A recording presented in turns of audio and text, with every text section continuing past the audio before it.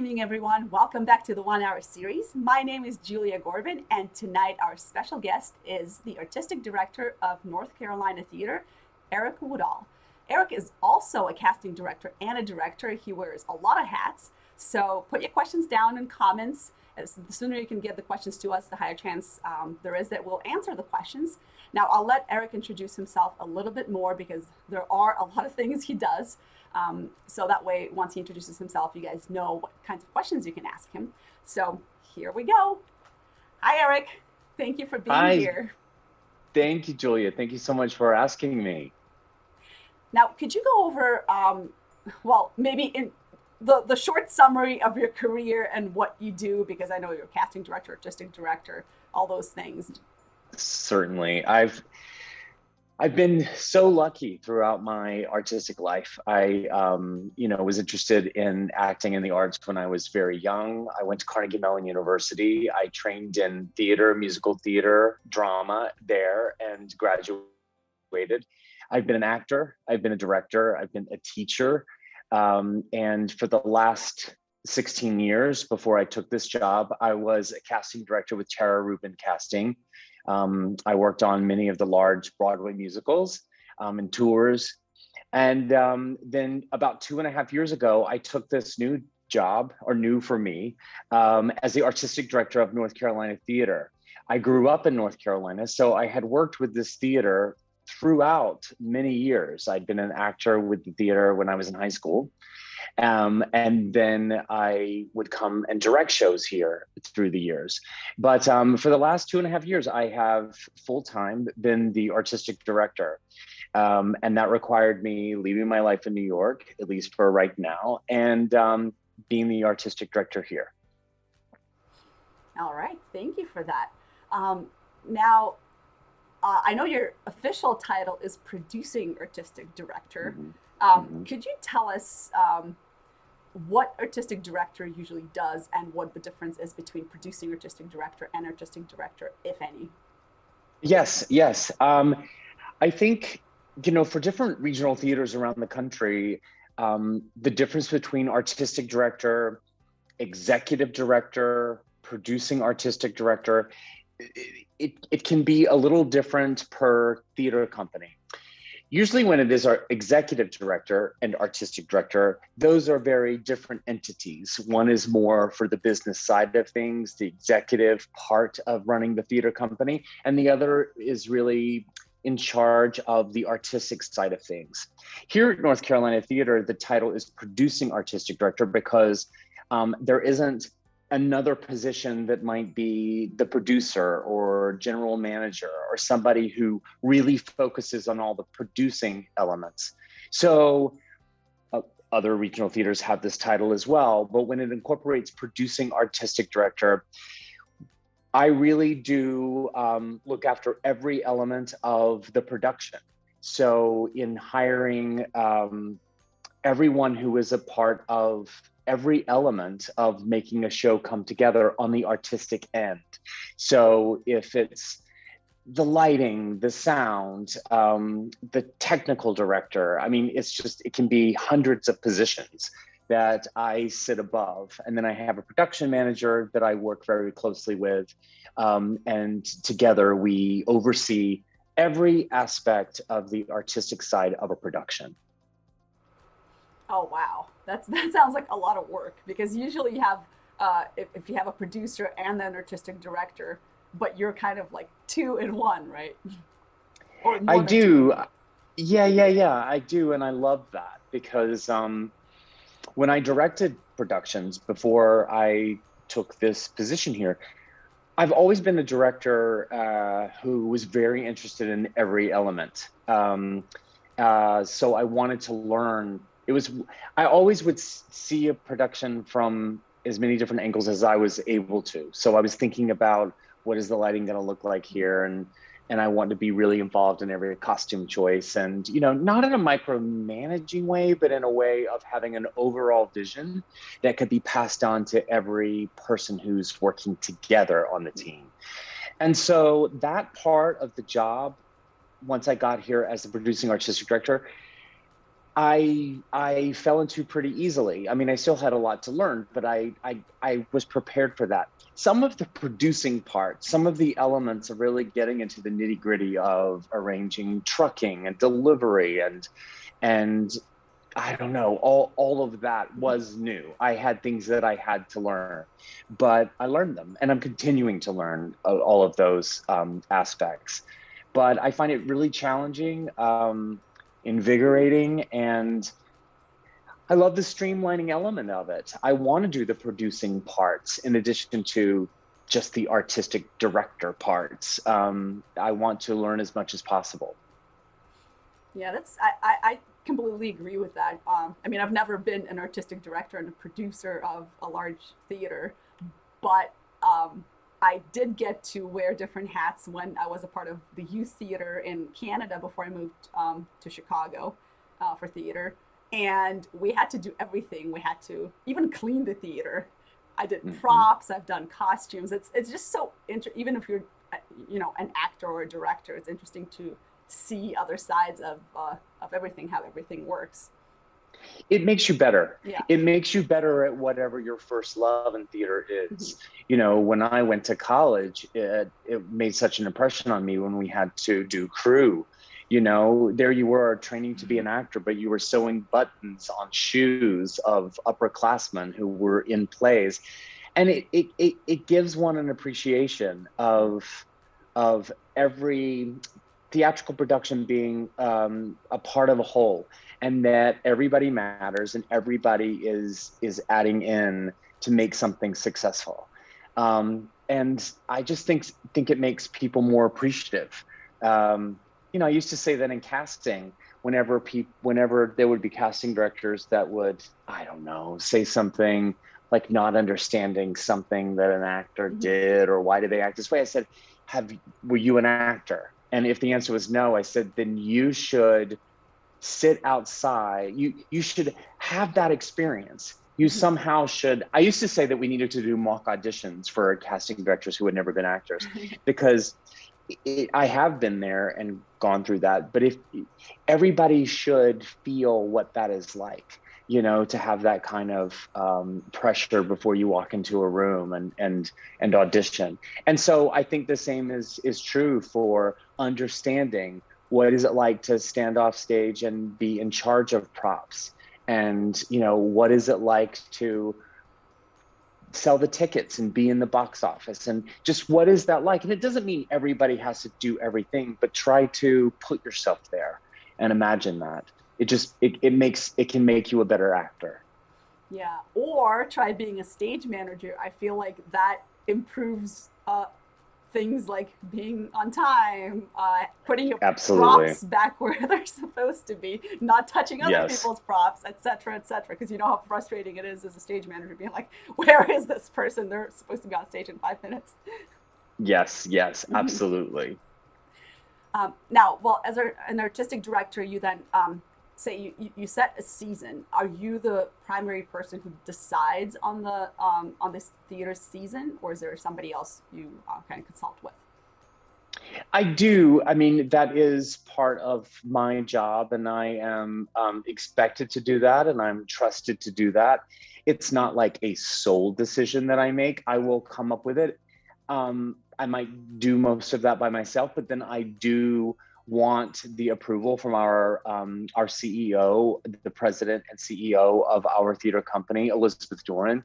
I do work side by side with her, and we need to be a team together to make sure that we agree and stand beside the choices, But yes, it is something that I spend a lot of time working on, and it's not a willy-nilly choice. So many things go into picking a season, and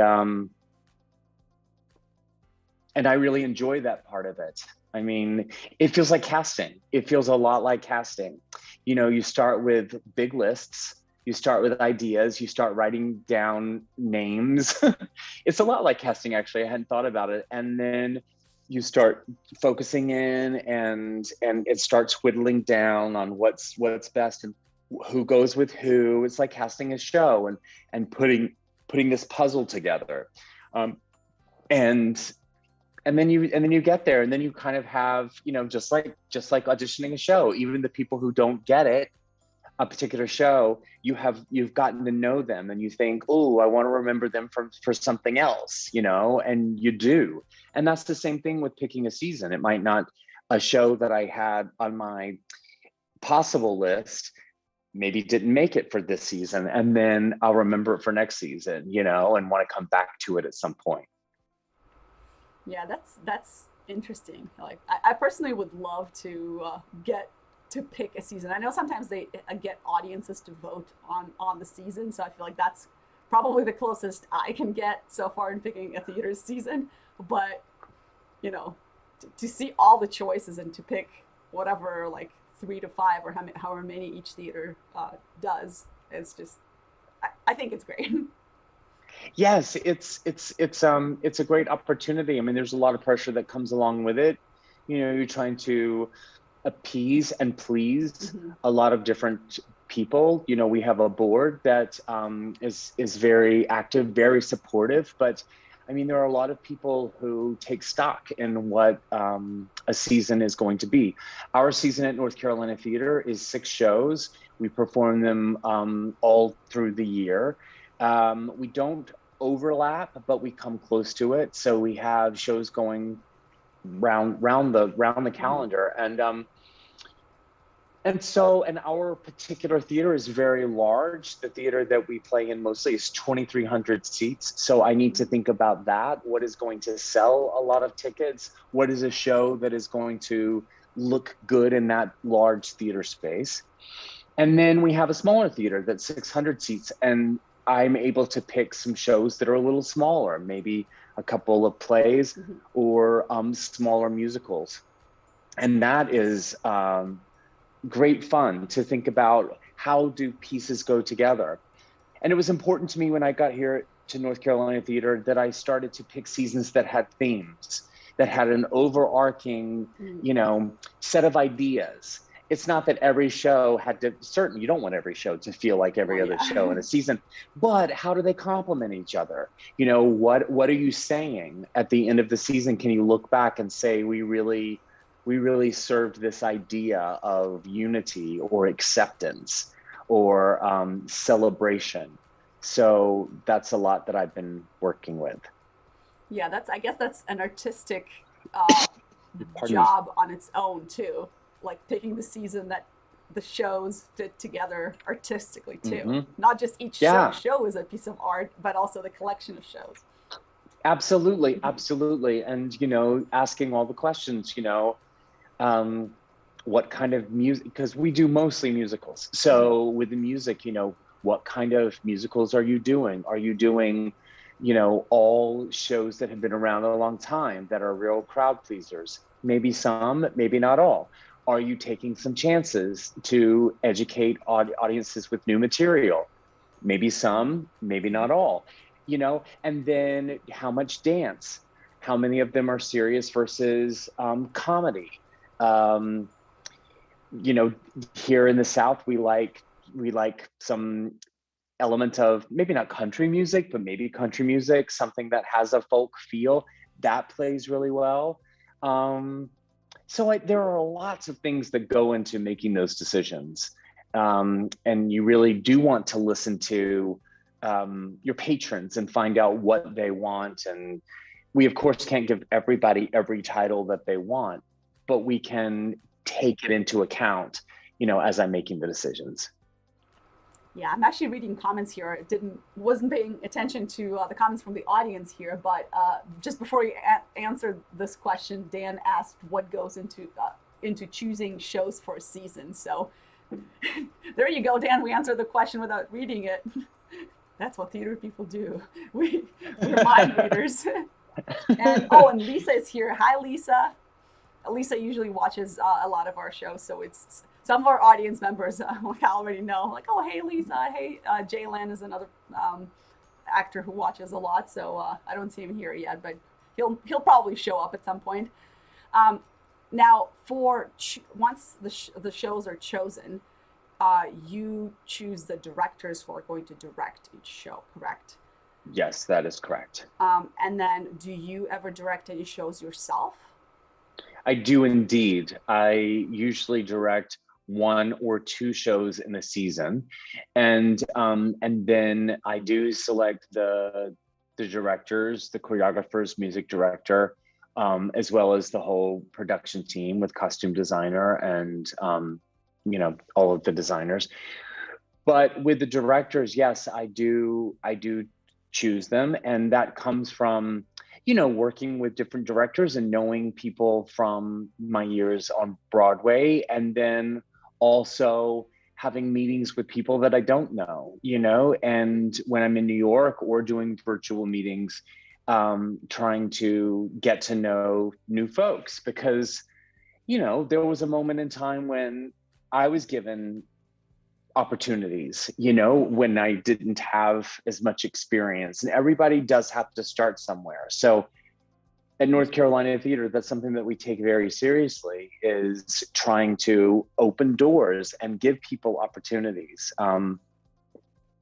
And there are many different ways to do that. Even if somebody is interested in directing but can't just, start from scratch and direct a gigantic, large musical on our stage, there might be a way to have an in-between step. We have just started a new program. This particular program is for BIPOC artists to be an apprentice, which there is a stipend that comes with it. And for our upcoming show of Songs for New World, this apprentice is going to follow the director. I happen to be directing that production, so this apprentice will be working with me. And so this is a new program that we are excited to be launching. And we're dedicated to having this apprenticeship program on every show, having at least one apprentice that has an honorarium, working with one of the top team members, either the director or the choreographer or a music director. And so that it is really, it's really an opportunity to help. I don't want to say it's not necessarily to train someone up, but it is providing exposure and opportunity, and giving someone not just a bird's eye view, but the ability to be inside of the process in a new way. And we feel that that's one way that we can begin to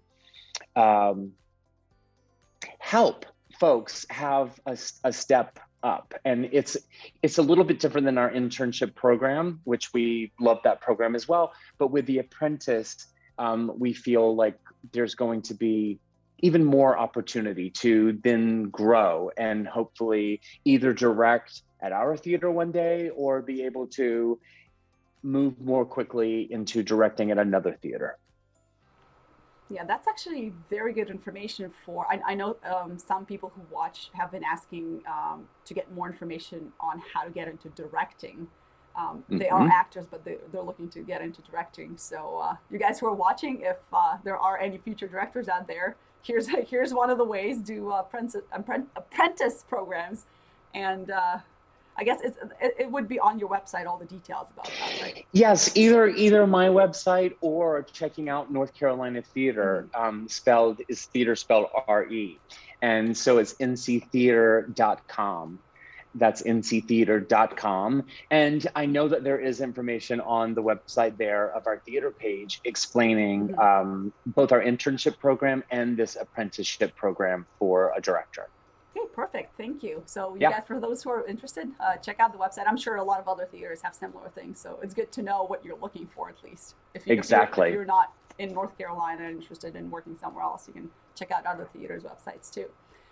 Now, once the directors are chosen, and I'm guessing you have an artistic vision for the season and for each show, and the director's vision has to be similar to yours, correct? Or are you looking for somebody to bring in ideas to you, kind of thing?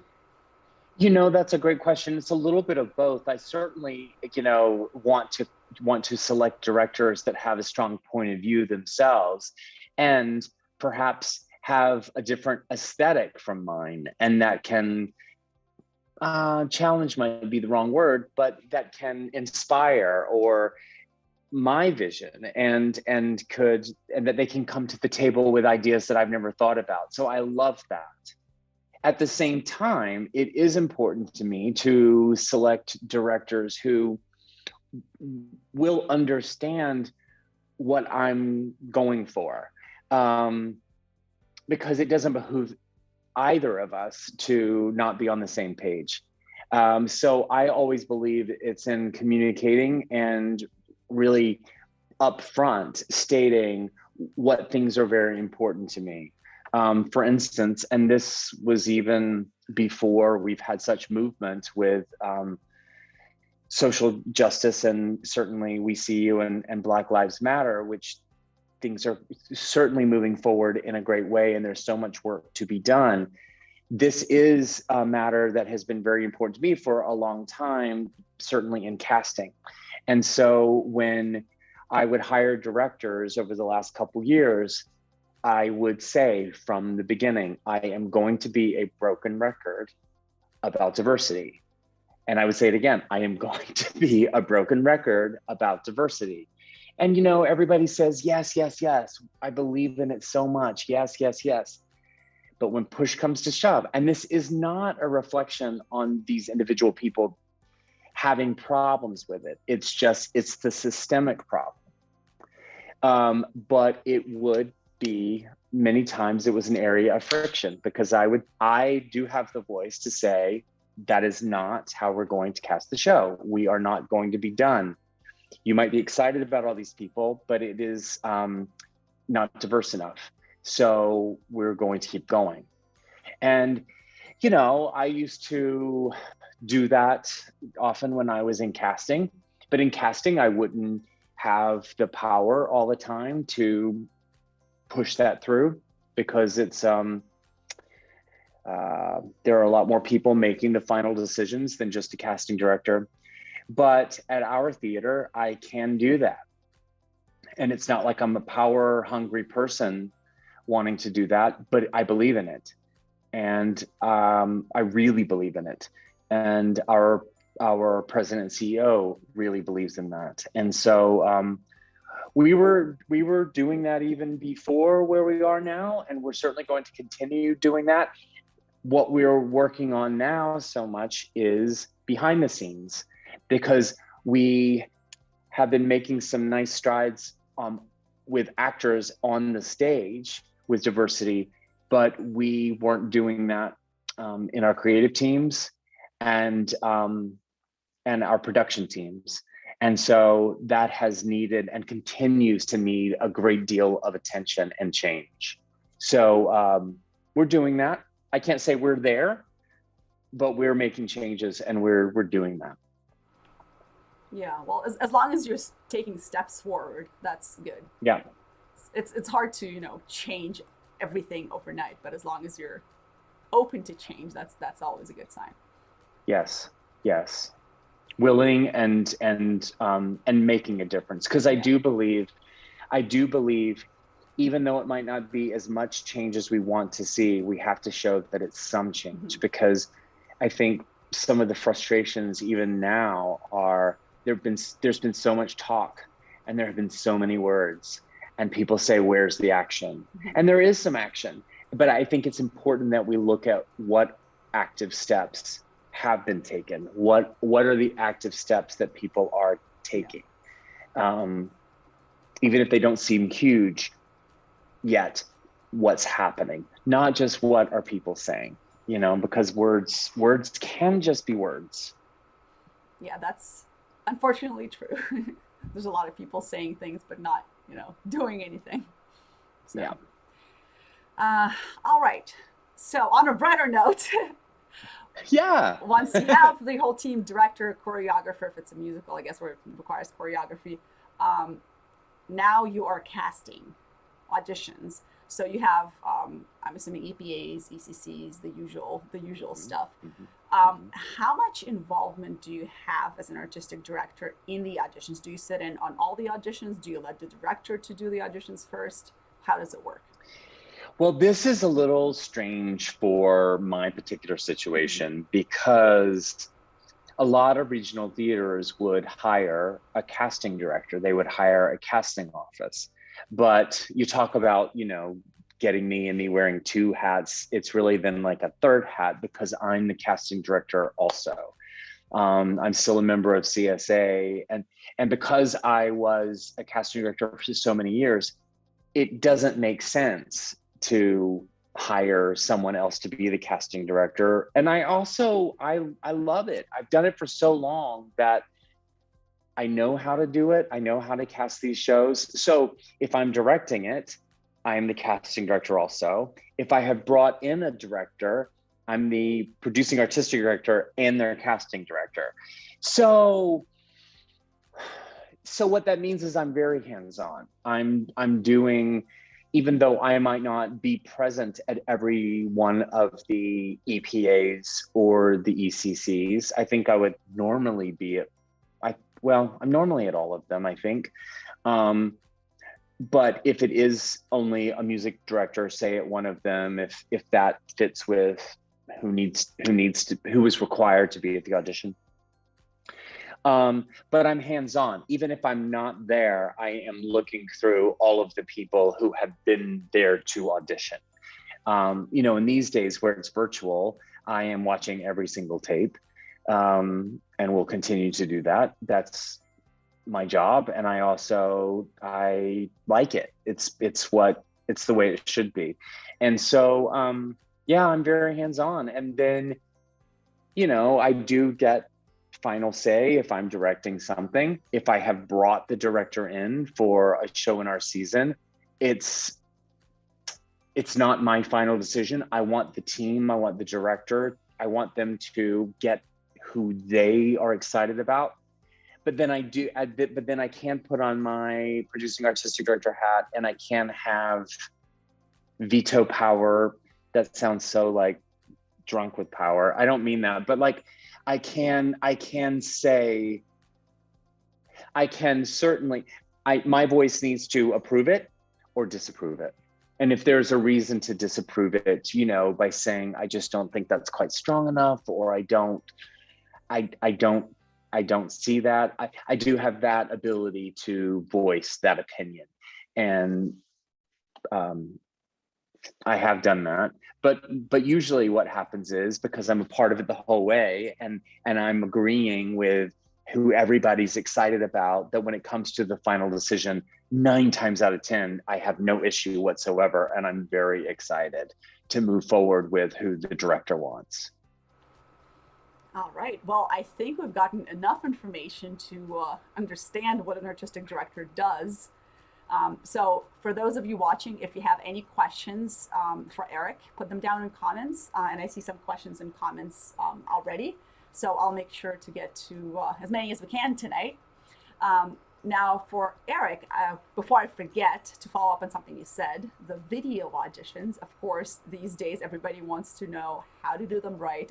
I think we discuss these with pretty much every person who has casting well, I don't want to say ability, but somebody who casts shows. We always ask about video auditions. We had Michael Casera on one of these streams, the casting director. Well, obviously you know Michael. Yes, he's great. Yeah, he is great. He talked for a while about video auditions, and so did a bunch of other people. So it'd be interesting to know your perspective. What do you consider to be a good video audition? Well, first of all, I will say that someone like Michael Casera these days has so much more experience with the video auditions than I do. I mean, I talk to all of my cohorts back at Tara Rubin Casting, and they're seeing a lot more of them than I am. Since I'm not casting multiple projects, I'm only working on things that we're doing at North Carolina Theater. I used to see video auditions a lot more, but nothing like the magnitude of what we're seeing now, because that's the only way to audition. So I don't know that my answer will be any different. I mean, I was really struck. I just had auditions about a month ago for a musical that we're going to be doing, Songs for New World. And I was really struck by the level of professionalism I just felt like, 90% of people auditioning had great sound, we're not using microphones or anything that were on the computer, but that had additional microphones, which really helped. I thought the lighting was very good. I thought it seemed like 89 to 90% had like somehow knew to have these blue backgrounds. I was like, how does everybody know to have these like incredible backgrounds? Everybody's doesn't have to be blue, and everybody's wasn't blue, but I mean, having something that's really clean is very helpful. Something that I saw that I don't think I would suggest moving away from if you're on the fence is using props. I know that there are times where if you're doing a monologue about a shoe, then you feel like you should be holding up the shoe. I get that. And there are times to use it. But if you're just trying to be creative and you're trying to think of doing something that's going to make you stand out, don't. You're going to stand out by being great, by doing your thing. It's not going to be by trying to like do something that's different for different's sake. You know what I mean? Being individual, that's wonderful. So I'm not trying to say everybody needs to do everything exactly the same way, but there's a fine line. I heard this said recently, if you question something, you already have your answer. Don't do it. You know what I mean? Like if you're like, is this gonna be too much? I wonder if this is gonna be too much.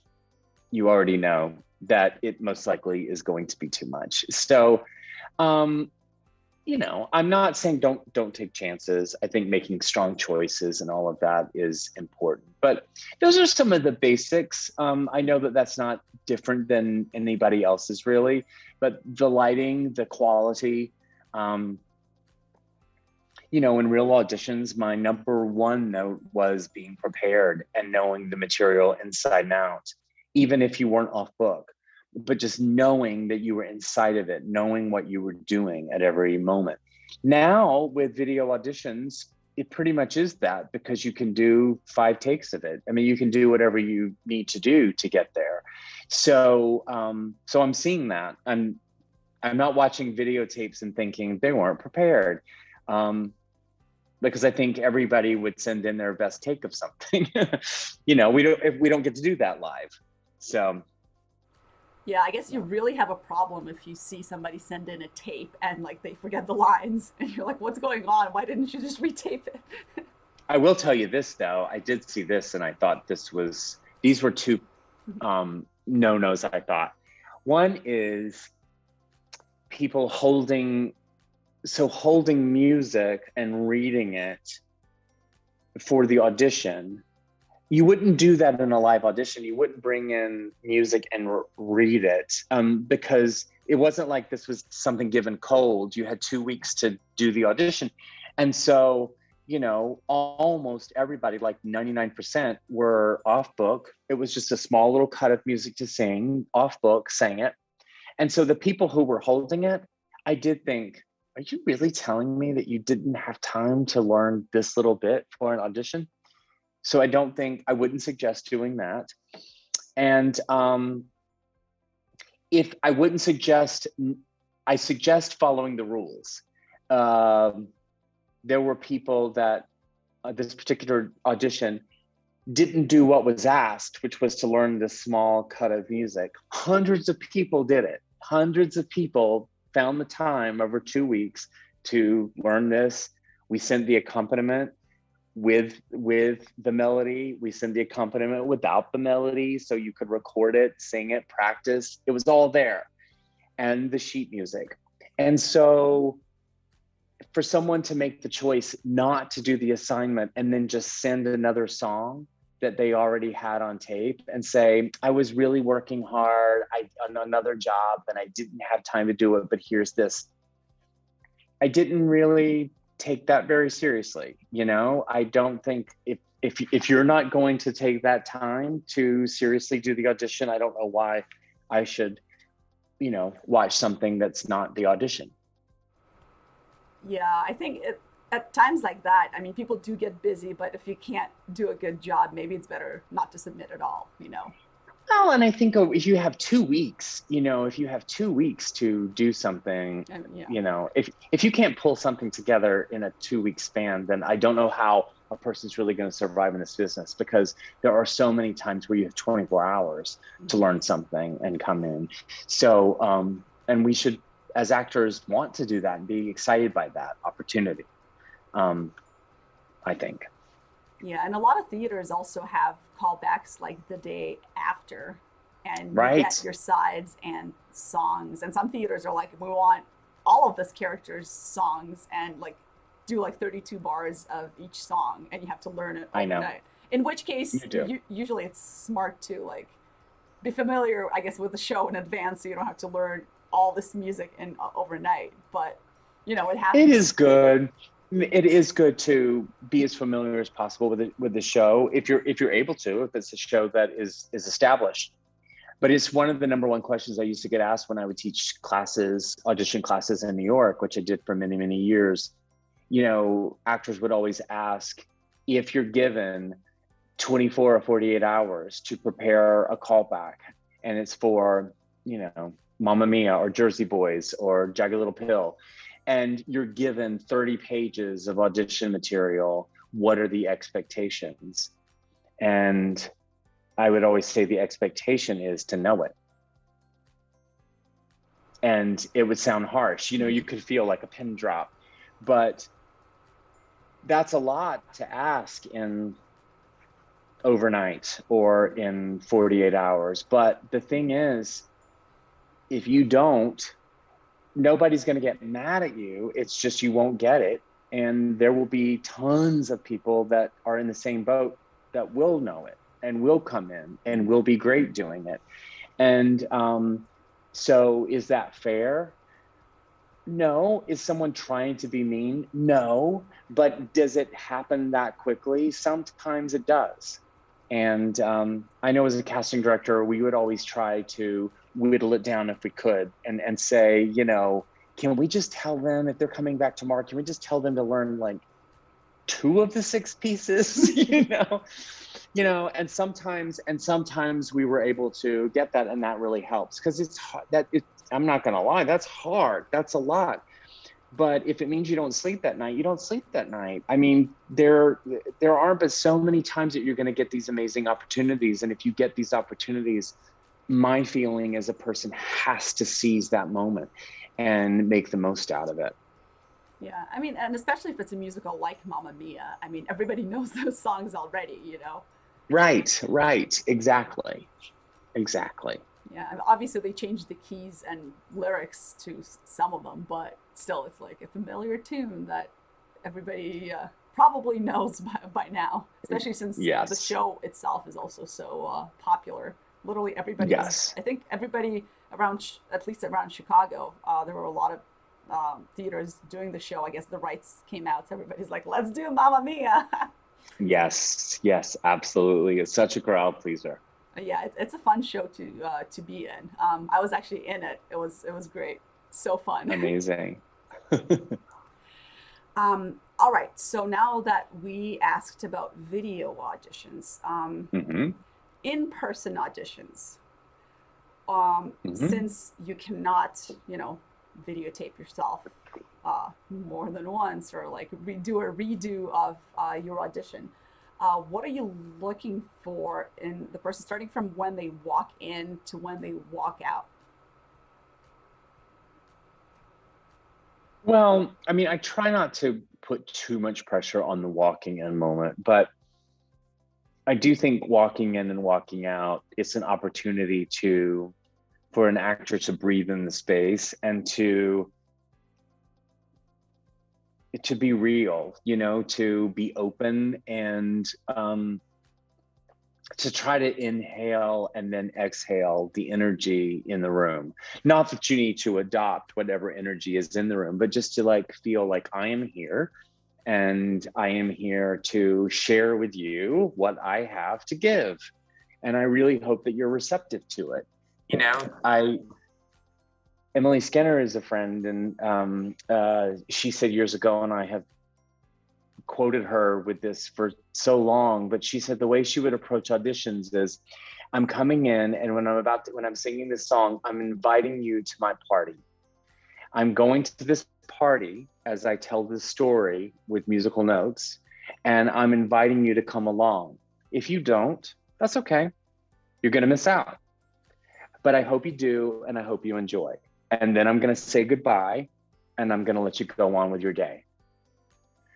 And I was like, that's good. I mean, that's a great way to approach it. And you don't stress out if you don't have everybody paying complete attention to you. You're living it, and you're doing what you love to do and what you've trained to do. And you're doing it at 2:00 on a Thursday afternoon. And if they come along with you, all the people sitting behind the table, great. If there's two people, one person eating and you see that, and one person maybe like texting and you see that, it's rude. You can't control it, but you don't know, there might be 3 other people who are completely with you. And you just have to like let that go and do your thing. So I look for that kind of, I dare to say the word confidence, but that I look for how a person is in their body. And then when it comes to the talent, I really look at, what did a person choose to represent them today? What did they choose? What song or piece of music or monologue did they choose to show us who they are, what they have to give? What are they wearing on their body that tells us who they are and what they have to offer to a character? Not that you need to dress completely in costume as the character. I'm not suggesting that. But just choices. Every choice tells us something about who you are. Don't be crazed about it, but just know that, you know, picking comfortable shoes, but knowing that you look your best, you know, knowing that you look like you were going to go on a date with someone who you wanted to really impress, maybe a second date, you know, and feeling good so that you feel good about what you're in and you can have that level of confidence. Because there's so many other things when you're auditioning to knock you off your plate. You get there and there's 15 other people who you feel look like you recognize 4 of them, you know that they're great, all the voices start in your head about how you're never going to get this, and you know that they sing better than you and all this stuff, and you have to just shut those voices up. And you have to go into your special place, whether it's through prayer or Zen meditation or listening to music, whatever it is, to get centered and know that you are enough and know that you are good and to know that you deserve to be there. And then stay in that zone and then walk in knowing that, and walk in not in a cocky way, but in a very present, comfortable, self-assured way. Everybody behind the table is attracted to that. Just knowing that there's a person that knows who they are and is comfortable and could be funny if you happen to be funny. I mean, don't try to be funny, but I think it's important to share a little bit of who you are with us, because at the end of the day, even if you are successful with playing a character, we are casting who you are, because these are huge monetary decisions based on who you, the person, are. Because yes, you'll be on stage for this much amount of time playing that character, but who you are in real life is who we're in rehearsal with and who we're putting you into a dressing room with somebody else with. Like, that's the person we're casting. So we are trying to get a sense of who you are as a person. And that's important. Yeah, once again, this is something literally I think every single guest on our streams has said. Be yourself. Don't try to like guess what the casting people want. No, there's no way to do that. And I remember as an actor thinking, oh God, if I knew what they really were looking for, if I knew what they wanted, first of all, they don't know. And second of all, if if people behind the table did know, it doesn't do you any good because you can't be anything but what you truly are anyway. You won't be any good at it. I mean, you can, I don't mean that you can't play characters, but as far as your essence and what you're going to bring to it is yours. And I think the most successful actors have embraced, look at the most successful actors. They have embraced who they are, the good and the bad. If they have quirky looks, or quirky sense of humor, or they're not funny at all, and they know that, like, it's embracing what you do well and what you don't do well and owning that. And then knowing how to make that the best that you can possibly be. It's the people that I see through the years struggling and thinking, oh, if I just did this, or I just did that, or if I sing like this person, and trying to mimic and, not being true to exactly who you are, when the secret is there. It's like Dorothy and the Wizard of Oz. It's like the parable of the alchemist. It's like all of the answers, like your specialness of who you actually are is right there, if people just trust it. Yeah, one of the best advice ever. Well, thank you for that again. Now, Yes. before I go on to, because you keep saying things and I'm like, oh my God, I have a follow-up thing. So I better get to some of our audience's questions. Speaking of audience, you guys watching, make sure to put down your questions and comments right now, because we only have about 15 minutes left of the stream. Time just flew by. So if you want your questions answered, make sure to put them down in comments now. I'm not sure we'll be able to get to anything after the next 5 minutes if you don't put it down in comments now. Now we have a question from Aisha and a question from David, which I will combine those two questions. Aisha is asking, I have mostly been doing community theater, but I would love to get into professional theater. By the way, thank you so much for all these streams. I've been learning a lot. Question for Eric. Would you ever consider anyone who has only community theater credits on their resume for one of your professional shows? And if so, should we start in the ensemble or supporting roles, or can we go for lead roles? What are your thoughts on that? And then to combine it with the other question, I have been playing lead roles in professional theaters, but I am okay with playing ensemble and supporting roles as well. However, I think that whenever I go to auditions, because there are only lead roles on my resume, nobody ever considers me for things other than lead roles. Although I would love to be a working actor and not just a lead actor who only gets 1 or 2 roles per year. So I guess those two things combined together. Sure. Absolutely. Well, first of all, Aisha and David, thank you so much for those questions. I think I'll start with the community theater aspect of the thoughts. I love community theater. I started in community theater before I went into professional theater, and then even came back and revisited some of that later in life and in working with one of the community theaters I grew up with. So I really embrace that. And I think as a community theater actor or someone who's done mostly community theater, I do think there's opportunity to be in professional theater. I know in an area like North Carolina, in this Raleigh area, there are a lot of people who go back and forth, who do some of the top regional theater productions and then will audition for professional shows like ours, and will be in these productions and then go back and work in some of the community theaters. So there's the opportunity to do that if a person is still non-union. Once you are in Actors Equity Union, you're not able to do that because you need to remain working in equity theater productions. But certainly there's that opportunity. And I would suggest auditioning in any way possible.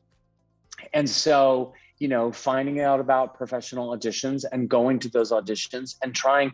And I don't think you have to worry at this point about whether it's an ensemble part or a lead part. Just go for any and all of it, and the right place will find you. It will depend on the show and the directing team and seeing who they think is right for a certain part. And then to address being more of a professional actor, being a professional actor and having mostly leads on your resume and being open to playing lots of different parts. I mean, I'm not sure how one goes about that, but I think something I suggest is making sure that the theaters that you've worked with, especially if you're going into an audition, I've seen people make a note, put a sticky at the top and say, open to any track in the show, ensemble, or maybe you don't even have to say that, but just say really open to ensemble or principal work, playing a lead or being in the chorus. Or people might not know it. They might think, oh, they're never going to accept this or they're not going to do that. But if you're open to it, if it means the difference between working and not working, like you say, and you're really open to it, I think getting that word out there is good. It could make a difference. So I do suggest pursuing that. All right. That's great. Actually, those answers help me as well, because I've always wanted to know, like, what types of roles do you put on your resume? Should I, like, if I go to an ECC call because I really like the style of dance that you do and I really want to be a dancer in that show, should I, like, remove all the lead roles off of my resume, or should I, like, put more ensemble roles that I've done? So thank you for answering that. That kind of answered my question too. Yes. I guess communication is key. You can always put it on your resume. Yes. Like, okay, I'm interested. Because I personally have. That's right. I personally have auditioned. Well, actually, I've auditioned for Cabaret, the musical, and I'm a high soprano, so there's no way I could be Sally Bowles. At the auditions, they did ask me, "Oh, are you going for Sally Bowles?" I was like, "Oh, actually, I was hoping for the Kit Kat Girls because I just love Bob Fosse choreography." And they looked super surprised. They're like, "Oh, but we'll look at your resume and you don't really." So I was like, "Okay, should I put?" Because I have started in ensemble roles, so I'm like, should I put more ensemble roles on my resume? So I'm glad to know that I'm not the only one who wanted to know that, because I always kind of never quite sure what to do there, Right, Yeah. exactly. All right, so moving on with questions. Let's see, since we don't have much time left. Okay, why don't we do this one, because this one is very, I guess, particular to different directors. Do you have a preference as to what people sing for musicals? Things like overdone songs? Can you sing things that roles you've played before? Are there like big no-nos, like don't sing Part of Your World from Little Mermaid because you've heard it a million times, kind of thing? So anything related to that, pretty much. Absolutely. I don't personally think there are huge no-nos. Other people might have like a list. I always thought, as a casting director, I might have personal songs that I don't love to hear, but that's neither here nor there. My job is to get past that and see, does that song work for the actor auditioning for this particular part? So I would say steer away from things that are so popular in the moment, because especially if you're a young woman, it used to be like whenever Sutton Foster was in a show, whatever songs her character sang, like those were the songs for the next like 3 years. And it's like everybody would sing them. I don't know why you would want to wear the same dress as everybody, just in a different color. And I wouldn't know why you would want to sing the exact same song. Like, why put yourself up against being compared to more people in a very same way? So I do think being creative, making sure that the song is telling a story that you connect to, that feels very personal. Can it be a popular song? Absolutely. But, the flip side is I don't think a person should try to do something that will stump the table, that they haven't heard this. I know they haven't heard this. Well, A, that doesn't matter. B, it could be so obscure that it's not actually good for you. It could be just that it's just odd. What you want is a great song that works for you. Could it be an old standard that Billie Holiday or Doris Day sang that you happen to listen to on a record and you thought, oh my God, I love that song. You dig and you find an arrangement and that becomes your own fantastic audition piece. You know, that's what I'm talking about as something that stands out, not something that just because it has a lot of curse words or a lot of really crazy off notes that you're making an imprint.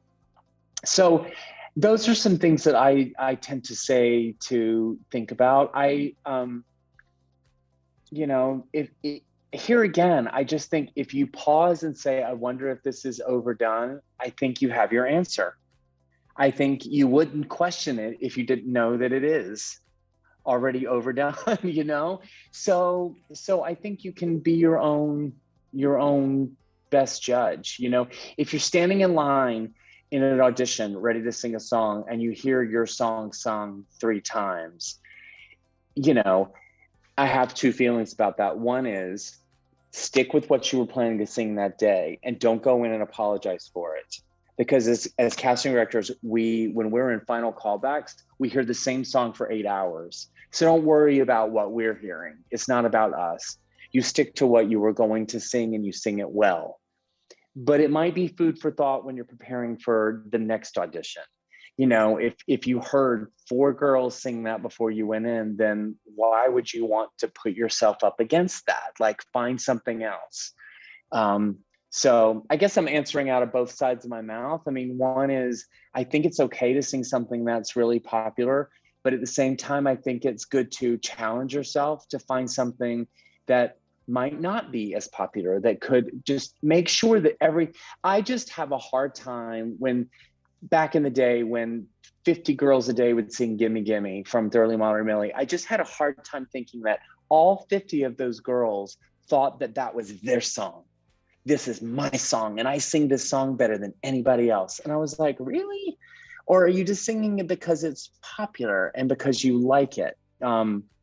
So I think it's important to make sure that you're really invested in whatever you bring in the room, because that's what's giving us clues about who you are. That's what's telling us what you do, who you are, and you know, you don't want to throw away that opportunity. Yeah, I was totally singing Glitter and Be Gay thinking that, oh, I'm going to be the only one singing that because, like, I sing a lot of opera. And then I get to an audition of, I think it was Gentleman's Guide to Love and Murder, where you had, like, needed that high soprano notes and stuff. I was like, okay, I'm going to nail it. And then I think, like, at least 5 people who were in line before me sang that same song. And I was like, okay, I got to change it. It's tough with sopranos. I mean, it's tough because it's harder to find soprano musical theater material. It is. I do think it's possible to find some things that aren't, you know, so overdone, but it's important if you're a soprano to have Vanilla Ice Cream in your book, to have a cut of that, or you know, How Could I Ever Know? Or, I mean, it's important to have those things because those pieces will be there for you when you've sung something else and somebody says, just show us 16 bars of your soprano, and you can go to that. I've seen more people book jobs with that. So it's good to have those things in your book that might be overdone if you know that you do them really, really well. Mm-hmm. It's just also important to have the pieces that you know are so individual and so special to you and really show who you are. Yeah. And there's also, for those watching, just an FYI, there are totally classes on building your audition book with people actually helping you choose things right for you. And I totally took that class, and I'm totally rebuilding my whole audition book. Highly recommend wherever you are. I mean, everything is on Zoom now, so you can just take a class anywhere. Now, Eric, since we're pretty much out of time, mm-hmm. 2 last things. I'm reading the comments and questions, so I've been combining a few here and there instead of reading them individually to get more things answered. You mentioned a few classes, and since you're no longer in New York, I'm assuming there's like no conflict of interest, hopefully, for you to suggest classes. Totally asking for myself, but also for anyone else who is, moving to New York or is in New York looking for classes. Can you suggest any studios, acting studios that do musical theater classes, if you know of any? I can. I mean, yes, it would have been a different answer when I was teaching them because, but I will say, I don't have a lot of experience sitting in other people's classes, but I do know folks that I've seen that make such difference. I mean, Craig Cornelia, his class was so fantastic for so many years, and he's just released a book on acting through song that you can get through Amazon. That's Craig Cornelia's book, and I highly recommend that. That's not a class, but he's such a master at it. And I used to, through the years, look on people's resumes when I would see a fantastic audition. I was like, I know they studied with him, and then I would see his name. I really have spent a lot of time through the years working with VP Boyle. He's done a lot of different types of classes. I know his company used to be called Matrix. I don't know if that's the name of the company anymore, but VP Boyle teaches classes. And then there are lots of great opportunities through the Growing Studios. I taught with them for many years, and they have a lot of different instructors teaching many different types of classes. And I know, like you mentioned, building your book, back to VP Boyle, I know that that's a class that he has taught for many years. And there are many, many other great teachers and instructors. So, but those are just a few I recommend. All right, thank you. And I really have to recommend Mary Sugarman from Tara Rubin Casting, wherever she might be teaching. She is fantastic. And I can also speak for any other casting director that is teaching classes from Tara Rubin Casting, that I know that they do such an amazing job. All right, thank you so much for that. I know I will be looking all of these people up after our stream, so thank you. Now we are going to go into our closing I was going to say credits, but if you could say some maybe closing words, any advice or anything you usually tell actors from the artistic director or casting director point of view, just any closing words. Well, I would say, I imagine that if you're watching this and you've been watching this series and you're interested enough to stick with this and want to be a professional actor, or already are and you're continuing with it, that you already have that push and that drive. And it really takes that, it takes that dedication, and it takes that spirit to keep going. And my goodness, have we all been tested in this last year and a half. But we are coming back, so hold on,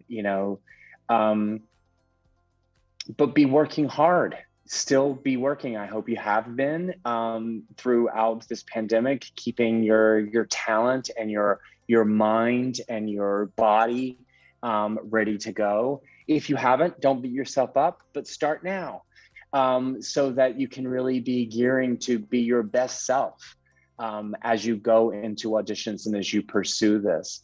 And I say two things as far as don't give up. I'm very realistic about it.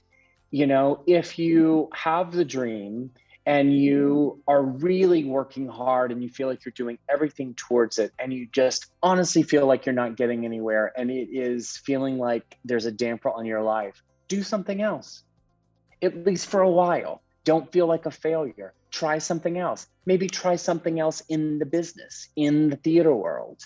I did. And that's how more doors kept opening and opening, because I said, I'm not going to be an actor right now, and I'm going to try this. And then suddenly this door opens and that door, and you have no idea what's going to lead you to the next thing.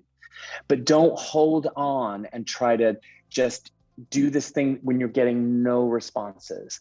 I do think it's important to listen to that. And that is different from giving up. That is shifting. And that is being smart and shifting. The flip side of that is if you are getting responses and you feel like you are kind of doing this and then you're getting this job or you're getting that response or you're getting a call back, keep going, keep going, keep going. And don't give up. It's about sustaining.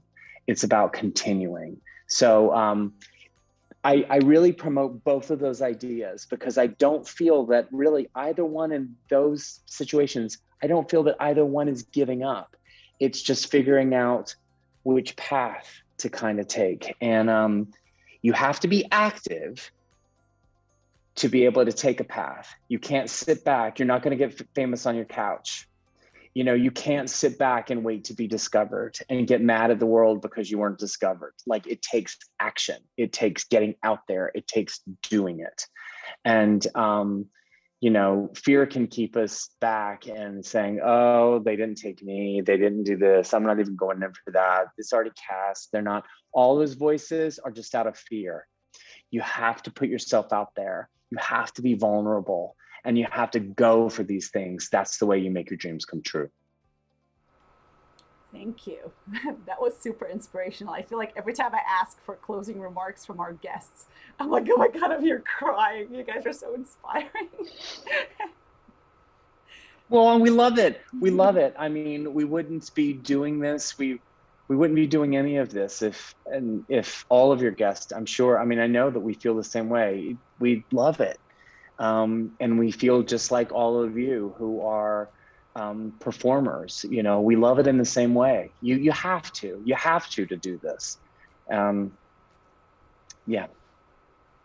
Now, well, thank you again, Eric, for doing this. And Julia, thank you for asking me. This was a lot of fun. And every time I have somebody on one of these streams, I learn so much.